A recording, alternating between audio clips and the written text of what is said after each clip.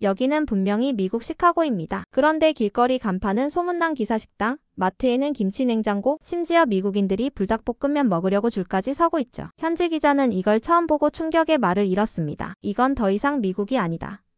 전 세계가 미국을 닮고 싶어 하던 시대는 끝났습니다. 오히려 지금 미국이 한국을 따라하고 있습니다. 음식, 언어, 문화, 심지어 삶의 방식까지 미국이 지금 조용히 한국화되고 있는 걸까요? 금요일 아침 7시 40분 평소보다 조금 이르게 집을 나섰습니다. 오늘은 특별한 날도 마감이 급한 날도 아니었어요. 하지만 저는 기자로서 한 가지 확인하고 싶은 게 있었어요. 며칠 전 동료에게서 이런 얘기를 들었습니다. 에린, 요즘 시카고 외곽에 새로 생긴 한인 마트에 미국 사람들이 줄을 선대. 처음엔 웃어 넘겼습니다. 설마 마트 앞에 줄을 서? 그게 무슨 대단한 일이냐고 생각했어요.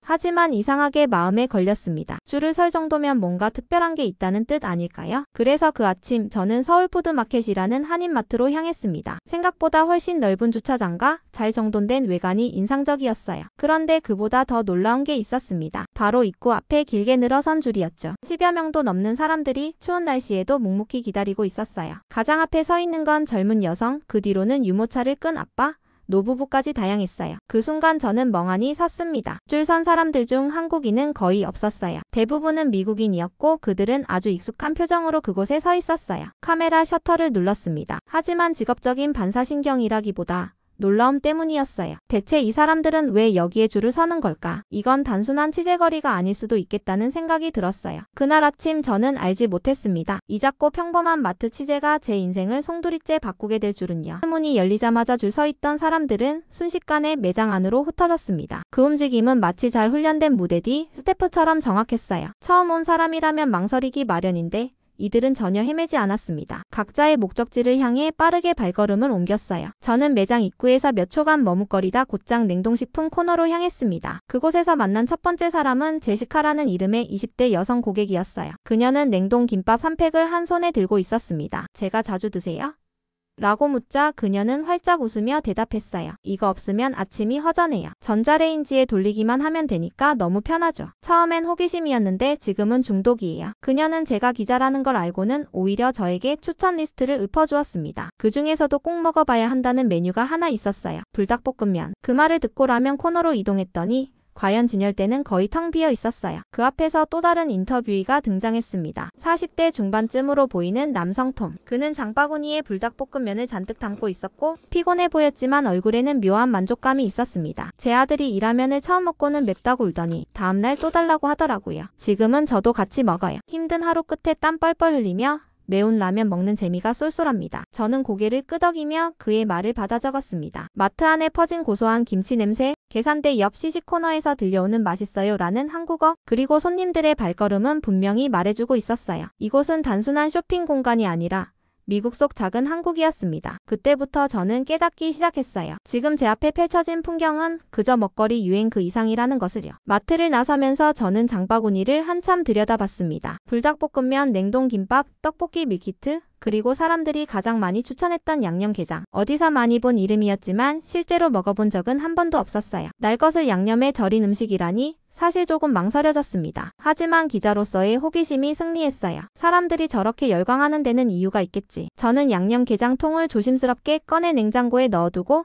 며칠간 마음의 준비를 했습니다. 그리고 드디어 그날이 왔어요. 저는 쌀밥을 지었고 유튜브에서 양념게장 먹는 법을 찾아봤습니다. 누군가는 밥도둑, 누군가는 게장 때문에 한국에서 못 나간다고 말했어요. 그 말이 사실인지 확인하고 싶었습니다. 양념게장통을 열자 매콤하면서도 달큰한 향이 확 퍼졌어요. 비린 냄새는 전혀 없었고 색깔도 참 먹음직스러웠습니다. 영상을 참고해 게딱지를 열고 속살을 숟가락으로 떡밥 위에 올렸습니다. 그 위에 김조각을 얹고 참기름을 살짝 뿌렸어요. 그리고 조심스럽게 한 입 먹었습니다. 순간 온몸에 전율이 올라왔어요. 너무 자극적이지도 않고 너무 짜지도 않았습니다. 달콤하고 짭짤하고 고소한 그 맛이 입안에서 터졌어요. 게살은 말할 수 없이 부드럽고 쫄깃했고 양념은 밥알 하나하나를 감싸며 퍼졌습니다. 저는 감탄사도 잊은 채 계속 먹었어요. 어느새 밥그릇은 비어 있었고 젓가락은 게딱지를 긁고 있었습니다. 먹고 나서야 겨우 숨을 돌릴 수 있었어요. 이게 양념게장이란 거구나. 처음엔 치즈였지만 지금은 완전히 빠져버린 느낌이었어요. 그때 문득 깨달았습니다. 놀랐습니다. 사람들이 한국 음식을 말할 때 왜 중독이라는 단어를 쓰는지 그건 비유가 아니라 정말 사실이었어요. 양념게장을 먹은 그날 밤 저는 머릿속이 복잡했습니다. 이건 단순한 미식 경험이 아니었어요. 이 낯선 맛이 낯설지 않게 느껴지는 이유, 그리고 미국인들이 한국 음식 앞에서 왜 그렇게 환호했는지 이제야 조금 알 것 같았어요. 그동안 제가 써온 기사들은 대체로 정치, 지역 행사,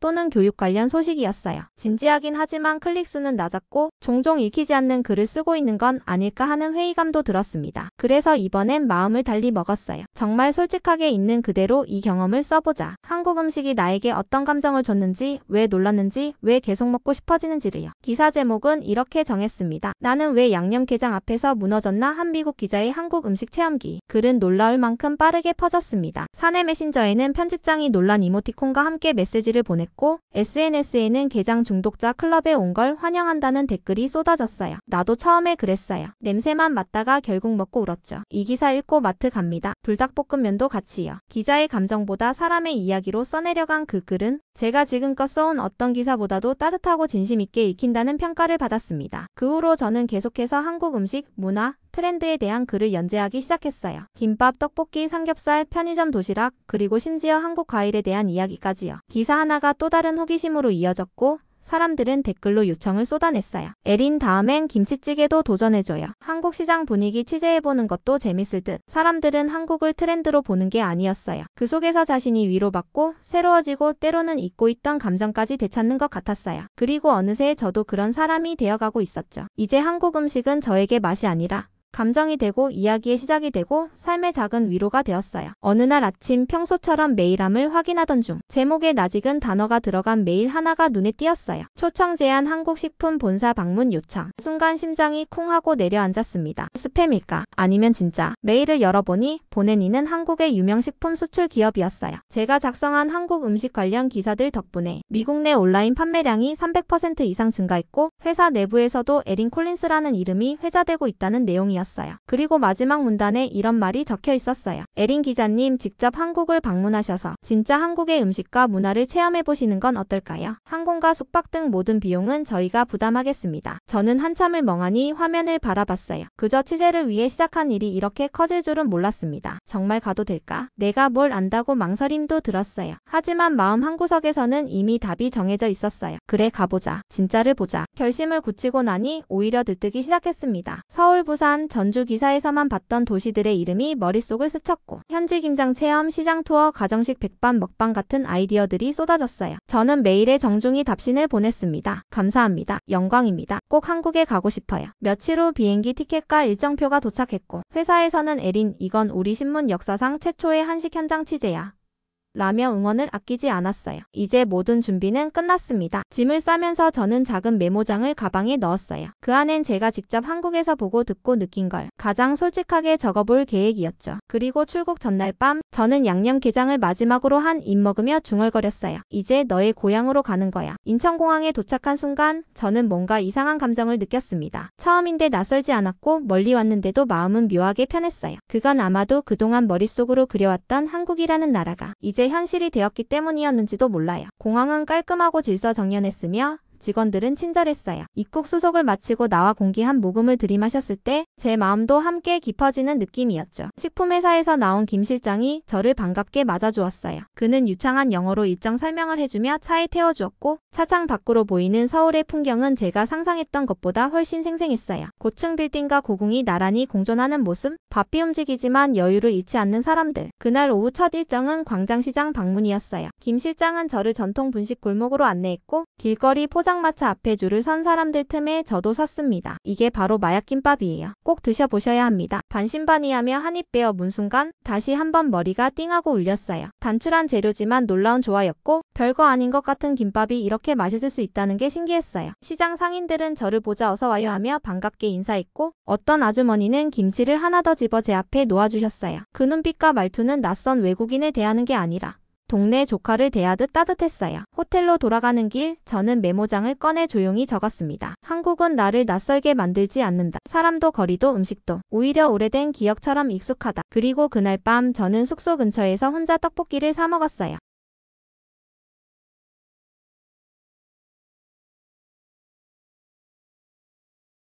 맵고 달고 진한 그 맛에 눈물이 핑 돌았어요. 매워서였는지 아니면 마음이 벅차서였는지는 잘 모르겠지만요. 서울에 머무는 동안 저는 매일 아침 카페에서 하루를 시작했어요. 진한 아메리카노 한 잔을 앞에 두고 어제의 메모를 정리하며 오늘의 일정을 구상했습니다. 하지만 이상하게도 하루하루가 기사로 쓰기엔 너무 감정이 많았어요. 그저 보고 듣는 것을 기록하는 것만으로는 부족했어요. 이 나라엔 설명하기 어려운 온기가 있었어요. 첫 기사의 제목은 이렇게 정했습니다. 한 그릇에 담긴 공동체 김치찌개에서 본 한국의 정. 저는 광장시장, 동대문, 종로의 작은 골목까지 발로 뛰었습니다. 혼밥집보단 오래된 식당을 찾았고 말이 서툴러도 사람들과 눈을 마주치려 노력했어요. 한 번은 전라도식 백반집에서 아주머니와 자연스럽게 대화를 나누게 되었어요. 제 발음이 어색했지만 아주머니는 환하게 웃으며 말했어요. 괜찮아요. 한국 사람도 김치찌개 발음 어려워요. 그 웃음 하나에 마음이 놓였고 저는 그날 밤 새벽까지 원고를 썼습니다. 이번 기사의 끝 문장은 이렇게 맺었어요. 한국은 음식을 통해 혼자가 아닌 함께를 말한다. 따뜻한 밥 한 그릇은 때로 말보다 깊은 위로가 된다. 기사가 출고된 날 미국에서 메시지가 쏟아졌습니다. 편집장도 독자들도 제가 이렇게 감정을 담아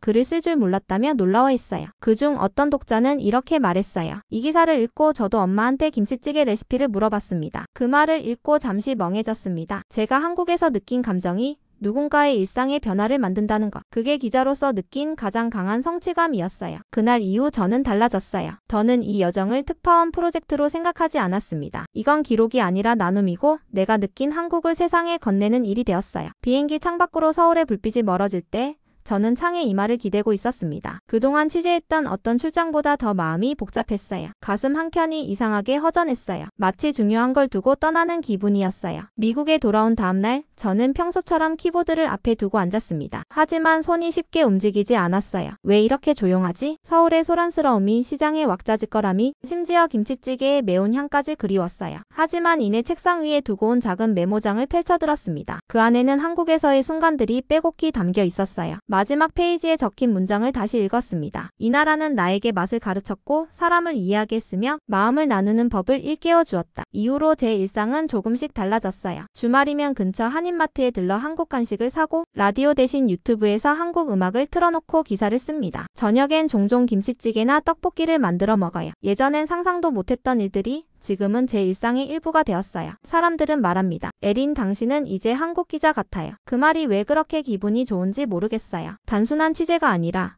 제 삶이 한국을 만나면서 풍부해졌다는 걸 느껴서일까요? 마지막으로 쓴 한국 관련 칼럼은 이렇게 마무리했습니다. 누군가에겐 한국은 낯선 나라일 수 있습니다. 하지만 저에게 한국은 따뜻한 식탁이고 열린 미소이며 함께 먹자는 말 한마디로 마음을 전하는 곳입니다. 그리고 그 기억은 앞으로도 제 글 속에 살아있을 것입니다. 창밖을 보며 문득 생각했어요. 언젠가 다시 그 아침 서울의 골목에서 김이 모락모락 나는 국밥을 앞에 두고 노점 상인 아주머니의 맛있게 드세요를 들을 수 있기를, 그리고 꼭 다시 돌아가리라 결심했어요. 그 나라의 따뜻한 식탁이 나를 사람답게 만들어줬으니까요. 여러분도 누군가의 한 입에서 시작된 변화, 한 줄의 이야기에서 시작된 여정, 그리고 한 나라에 대한 진심을 느껴보셨나요? 이 이야기가 마음을 울리셨다면 구독과 좋아요 눌러주시고 댓글로 의견도 남겨주세요. 감사합니다. 좋은 하루 되세요. 까치튜브였습니다.